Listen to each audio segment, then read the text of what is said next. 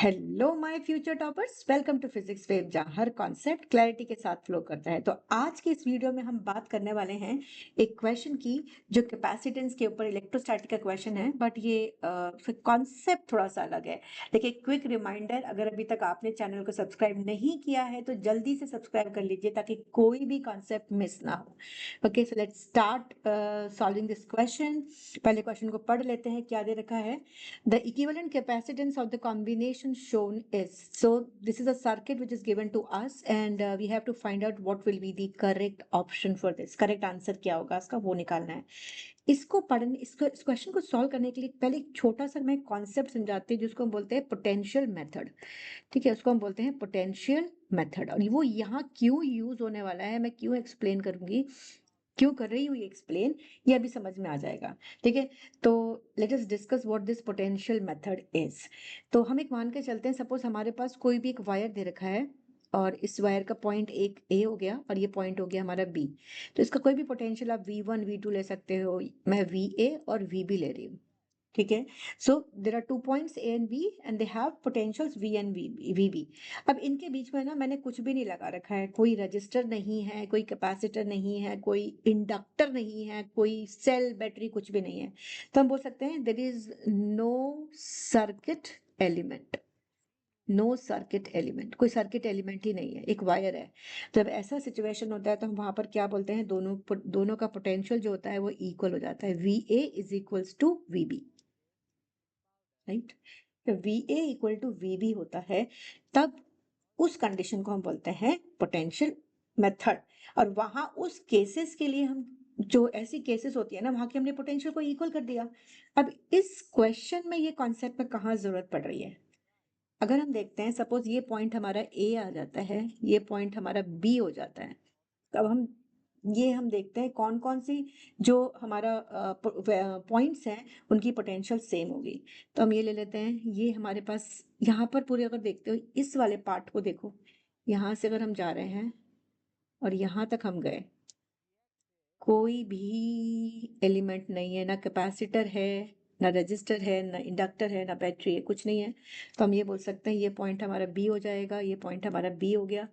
ठीक है, ये भी हमारा बी हो गया। इसका मतलब इन सारे पॉइंट्स का जो पोटेंशियल होगा वो क्या हो जाएगा, सेम हो जाएगा। तो हम बोल सकते हैं ये वीबी हो जाएगा, ये वीबी हो जाएगा, राइट।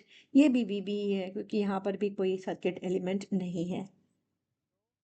ओके, तो इस वायर के बीच में कोई भी सर्किट एलिमेंट नहीं है। सिमिलरली हम इस पॉइंट्स को लेते हैं, ये अगर यहाँ से हम चलते हैं, ये वायर हो गई पूरी, ये यहाँ तक। ठीक है, तो ये भी पॉइंट मेरा बी हो जाएगा, ये पॉइंट भी बी हो जाएगा। तो यहाँ का पोटेंशियल VB हो गया, यहाँ का पोटेंशियल VB हो गया। जब यहाँ के पोटेंशियल ही सेम हो जाते हैं, इस तरीके का केस को हम क्या बोलते हैं, शॉर्टेड सर्किट। ठीक है, शॉर्टेड सर्किट है। तो ऐसे केसेस में शॉर्टेड सर्किट जब मैंने बोला, तो उस पार्ट को हम सर्किट में इंक्लूड ही नहीं करेंगे। ठीक है, तो यहां पर हम बात करेंगे कि ऐसे पोटेंशियल अगर हमारे पास हैं, अ, हम बोलते हैं if potential at both the ends of a capacitor is same, right. तो there is no charge stored, यहाँ पर कोई चार्ज स्टोर्ड ही नहीं होगा, है ना। तो यहाँ पर भी कोई चार्ज स्टोर्ड नहीं हुआ, यहाँ पर भी कोई चार्ज स्टोर्ड नहीं होगा, क्योंकि इनका पोटेंशियल सेम है। अब पोटेंशियल सेम हो गया, अब इस सर्किट को हम थोड़ा सा रिड्यूस कर लेते हैं। जब हम सर्किट को इसको रिड्यूस करेंगे, रीड्रॉ करेंगे, तो हमारा सर्किट कैसे हो जाएगा, हमारा सर्किट हुआ ये C1, ये हो गया हमारा C2, दोनों की वैल्यू C दे रखी है, और ये हमारा B ही रहेगा, ये हमारा A रहेगा। क्यों ऐसा है, क्योंकि ये जो पार्ट है सर्किट का, इतना पार्ट अब हमारा सर्किट का है ही नहीं। ठीक है, तो यहां से अगर हम लेते हैं तो ये हमारे पास हो गया this is C, this is C। तो उसको सिंप्लीफाई कर लेते हैं। अब यहाँ से हमें मालूम है they are connected in series और in parallel, they are connected in parallel.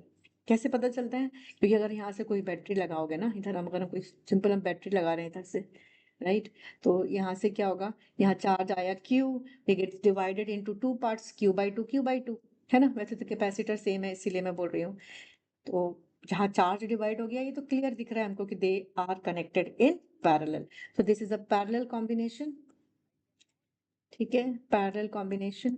और जब पैरेलल कॉम्बिनेशन होगा, इसको हम अभी जरूरत नहीं है तो हम हटा भी सकते हैं, राइट, ये तो देख के ही लग रहा है कि this is in parallel combination, right. तो यहाँ से हम आ जाते हैं। अब पैरेलल का फॉर्मूला क्या होता है? सीरीज पैरेलल फॉर्मूला में मालूम है, C parallel is equals to C1 plus C2. So what is C1 and what is C2? C1 हमारे को दे रखा है C और C2 दे रखा है C. So what is the answer for this? C plus C, which is equals to 2C. So what is the correct option? This is the correct answer. So correct option is 2C, जो कि हमारा third है। I hope this concept is clear. अगर concept clear हो गया हो तो video को लाइक करें और अपने फ्रेंड्स के साथ शेयर करें और सब्सक्राइब करना चैनल को बिल्कुल मत भूलना। मिलते हैं नेक्स्ट वीडियो में एक और स्ट्रॉन्ग कॉन्सेप्ट के साथ।